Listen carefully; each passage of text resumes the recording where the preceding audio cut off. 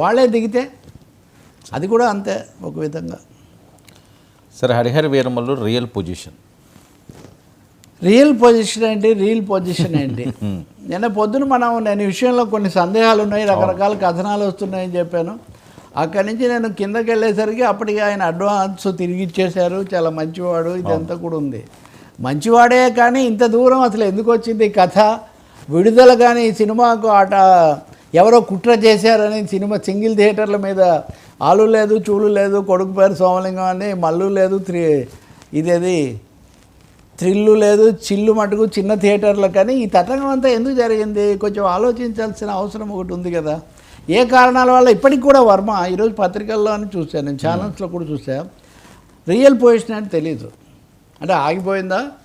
ఒక్క పత్రికలోనో 2 పత్రికల్లోనో మటుకు సెప్టెంబర్ 20నో ఎప్పుడో వస్తుంది అని ఒక తేదీ ఒకటి ఇచ్చారు. ఇంకోటేమో ఆయన చాలా మంచివారు, డబ్బులు వెనక్కి ఇచ్చారు, 9-11 కోట్లు ఎంతో. అంటే వెంటనే 11 కోట్లైనా ఆయన రెమ్యూనరేషన్ అని ప్రశ్నలు. ఇదే కదా కార్యక్రమం. ఇప్పుడు అడ్వాన్స్ తిరిగి ఇచ్చాడు అన్నారు, కానీ ఎన్నో ఖర్చులు పెట్టుకొని ఉంటారు కదా, అదే క్వశ్చన్ కాదు. ఇంకా ఇతరులకు ఇచ్చిన ఇవన్నీ చాలా ఉంటాయి.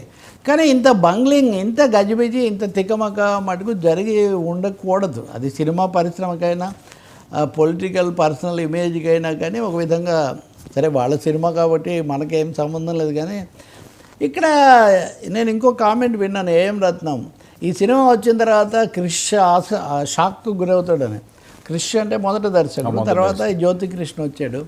అసలు క్రిష్ సినిమాలు చాలా వాటికి సమస్యలు వస్తుంటాయి, మరి ఎందుకో నాకు తెలియదు. ఒక క్రిటిక్గా ఆయన చాలా యాంబిషియస్ ప్లాన్స్, అవి పవన్ కళ్యాణ్ది పొలిటికల్ ఇదైతే ఆయనది స్టోరీ మేకింగ్లో, దానివల్ల మరి ఇవి అవుతున్నాయా, నిర్మాత ఎలా అన్నాడో మనకు తెలియదు. కానీ బట్ ఇంత అస్పష్టత ఉన్నప్పుడు అంత ఉద్రిక్తత పెంచడం అన్నది దాంట్లో ఏమీ ఔచిత్యం లేదనిపిస్తుంది.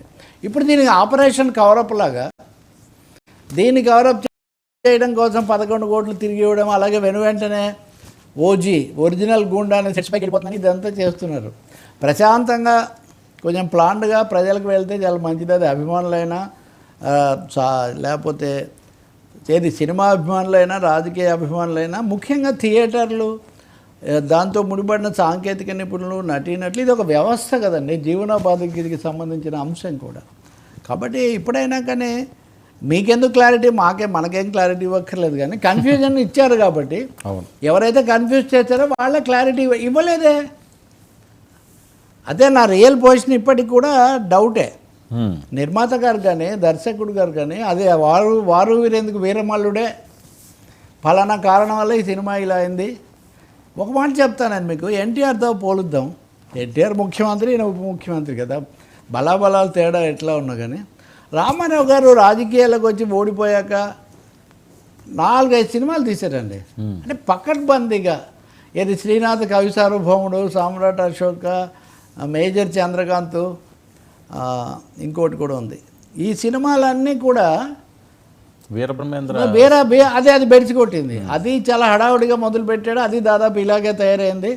ఆ సినిమా ఇక్కడ వేసి చూపించి గ్రీన్లాండ్స్ బ్రహ్మర్షి విశ్వామిత్ర వీర బ్రహ్మేంద్ర సూపర్ డూపర్ హిట్. అది మొదటిసారి ముఖ్యమంత్రి అయినప్పుడు విడుదలైంది.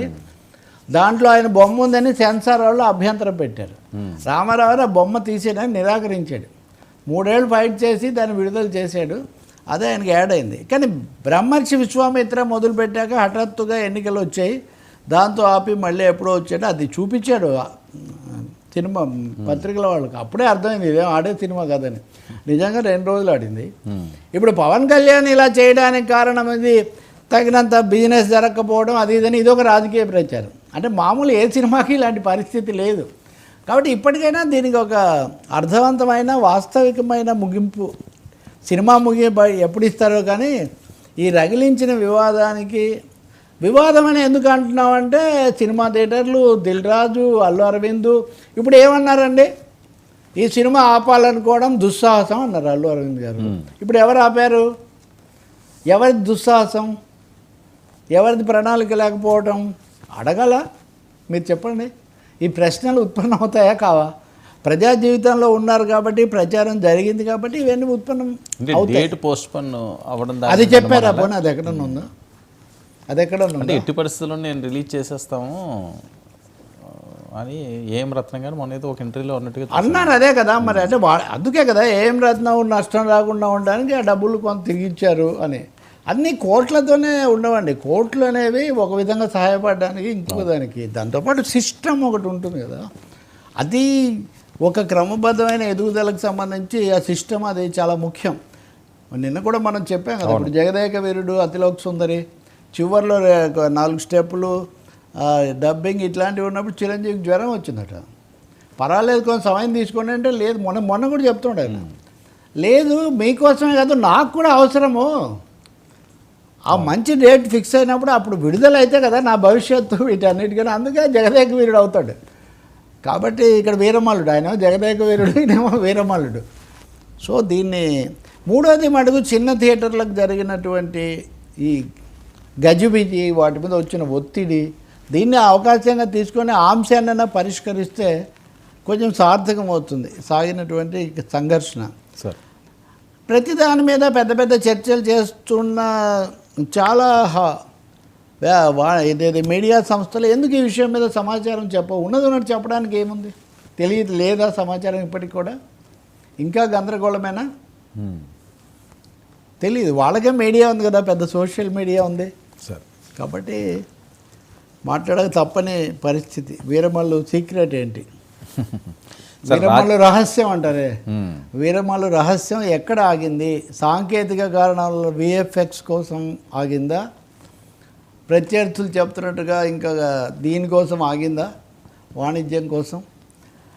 కానీ వస్తుందో లేదో గ్యారంటీ లేని సినిమా కోసం చిన్న థియేటర్లను ఎందుకు ఒత్తిడి పెట్టి కుట్ర ఆరోపణలతో అంత చేశారు? ఇది మూడో కీలకమైన ప్రశ్న. సార్ రాజేంద్ర ప్రసాద్ క్షమాపణ బూటకం